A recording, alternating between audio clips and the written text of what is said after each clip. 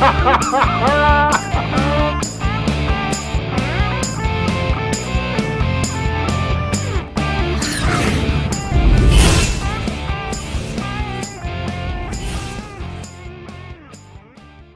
hello there, humans, hippies, earthlings, whoever you are, whatever you're doing, and whoever you're doing it to, whether you're bumping in the night, or you're putting up a fight, just get down and get around, because I'm talking to you today about the Sturer Emil.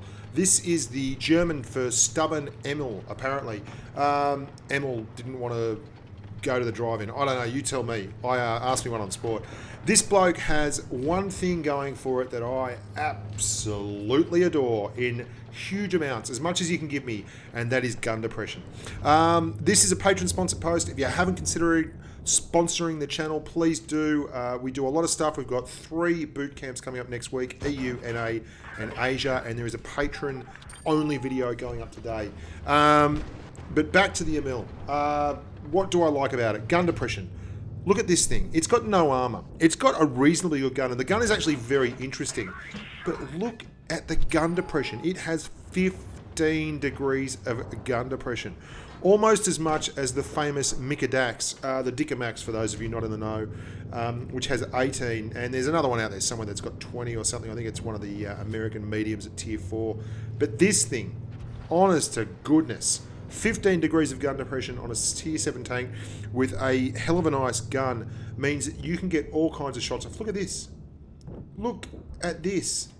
I'm shooting, I missed a shot, but for God's sakes, have a look where the tank is.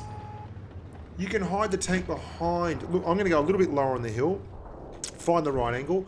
I'll be behind this little bit of bush here, and I am going to get shots over this edge as it drops away. That is insane. Look at that. We're going to be able to fire here from concealment without moving, without being spotted. It's actually a terribly soft tank. It doesn't have any armor, so to speak, and you can put HE shells into it with 60 millimeters of pen all over the joint, and that's all well and good. The thing you have to remember, though, is that it does have a 128 millimeter Canon 40 that has 460 alpha, and it's only a 1.9 second aim time. So the gun's great, and you've got good gun depression. Now, I just did a video on gun depression, which really speaks to this tank, because as long as you've got a good gun and good gun depression, you can put those two things together to become a very, very successful vehicle. There's not a lot can stand in your way once you realize there are certain spaces on the map that you can really abuse and exploit. And you'll see a few of those in these little shorts that I've got going on here.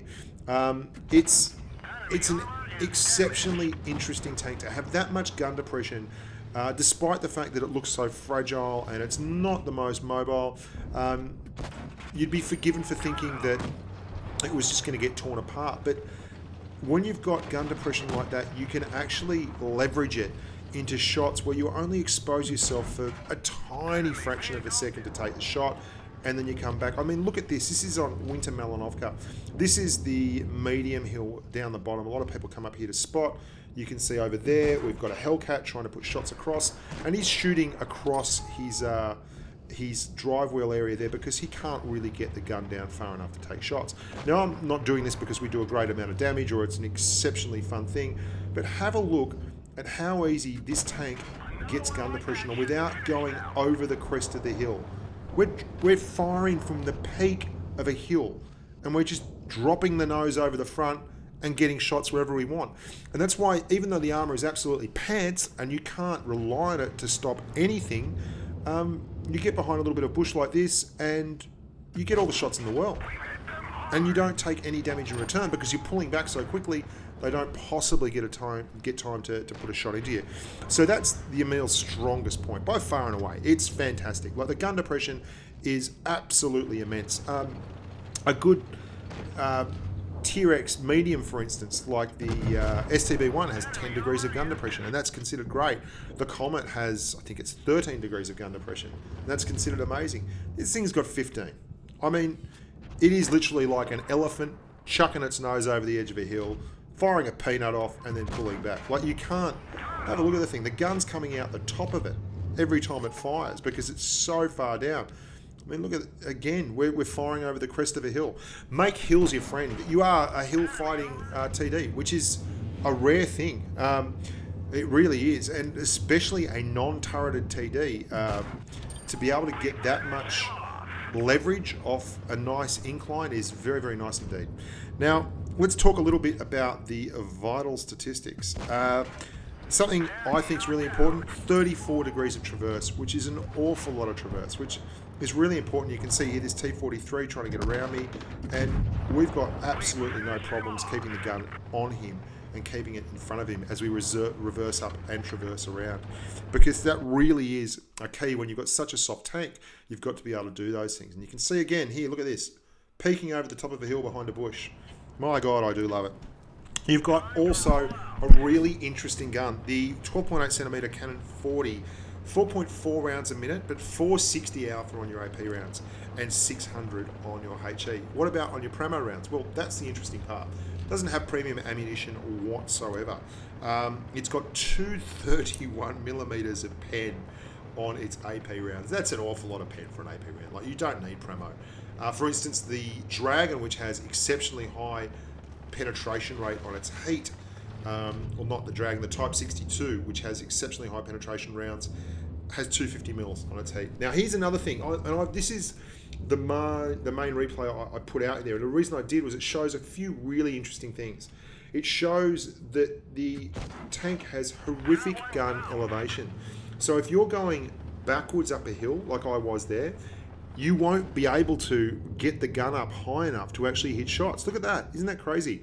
It's got 18 degrees down, but I don't know the official number, but it's not a whole lot up, which makes it really tough at times to get shots off on maps like Dead Rail or, and that poor old Panther M10, he's just gone hog YOLO AFK. Link dead probably, in fact.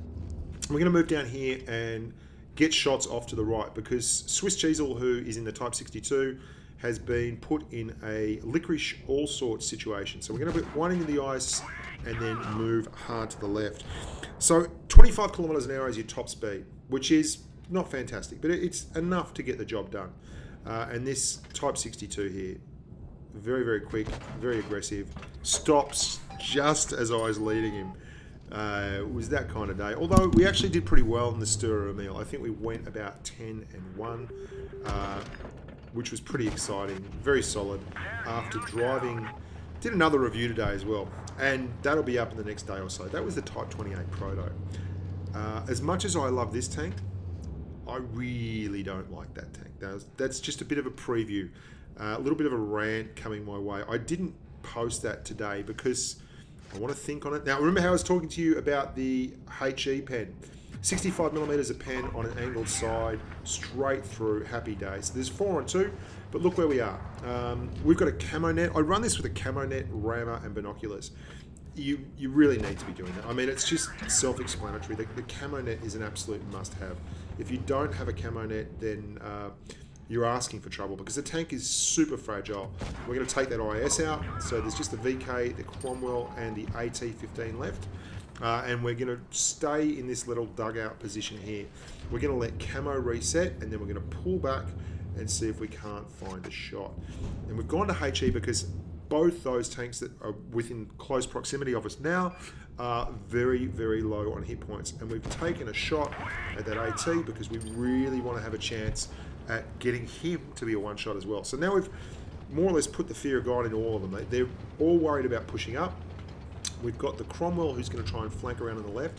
Now, he really should have pushed harder here. It would have been a much better proposition, but the VK pushes up. We go straight into the gun mantlet with high explosive. Now, one thing I will state is that there are not a lot of rounds in this gun. You could run into a little bit of an ammo crisis if you do it incorrectly. Anyway, this Cromwell's trying to get around behind me. And what I'm doing here is looking to get to his left. Now, there's a really simple reason for that. The AT's coming up. I don't want to have one on my right, one on my left. And if I can force the Cromwell to go down into the ditch, then it's a lot easier for me to keep him stuck and pen him. As it is, he is very mobile, and if he gets behind me, well, it's good night, nurse. So I've got to be very, very cautious here. We've got two tanks coming. There's the AT. Just waiting. I might have to take one to get a shot in. Cromwell's going to come out.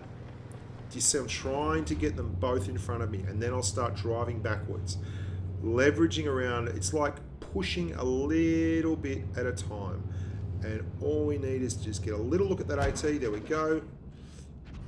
Push up on him. The Cromwell wants to come down. He can. That's happy days. HE straight in. Now we only have 3 shells left. You can see what I'm talking about with ammo depletion. It doesn't have a very, very big ammo loadout. And there's no way around that. We've only got the 1 HE shell here, but I think this isn't a massive damage game actually. It's a good Kolobanov, but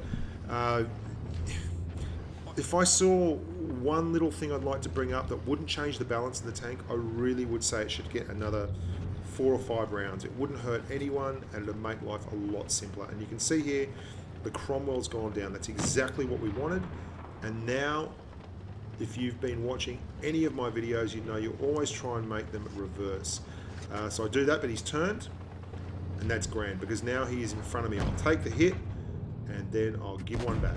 Happy days, Kolobanov. No more calls, please. We have a winner. Winner, winner, chicken dinner.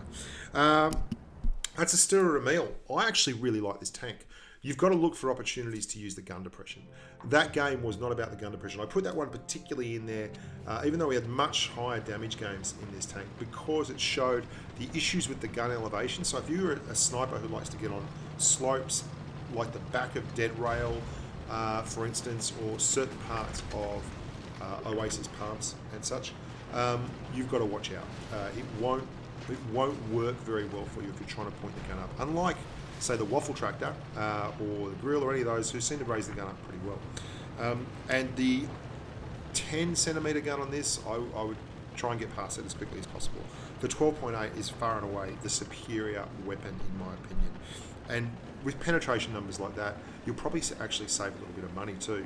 You won't fire any premo at all. Now, as I mentioned, the loadout for this I feel pretty solid with is rammer, binoculars, and your camo net. It's really important that you stay concealed at all times. It is so fragile, and it needs that distance between you and the enemy to be effective. But 460 alphas are a hell of a pack, and 4.4 rounds a minute. So it's a decent loadout of decent combo of accuracy and alpha damage. So I highly recommend this tank. A lot of fun. There's a few lemons in this line, most notably the toaster. I don't like that much at all. It's got issues with its top gun and the field of traverse on that, and the Waffle Tractor, which I'm really, really not happy with. Mostly because I feel it's a bit buggy. There are issues where you're firing over the right or the left-hand side of the tank, and the round goes absolutely nowhere near the reticle, and that drives me up the wall. Anyway, I hope you liked it, guys. There's a T28 Proto video coming up. There's a few others on the way. Let's do a couple of reviews a week and just keep knocking out the tactical stuff, because I have a lot of fun doing that, and it's a lot of fun to drive different tanks. And it also lets me drive tanks that I've already driven before, which I like driving, which is fun for me. Stay safe out there team. Really look after your families, and bye for now.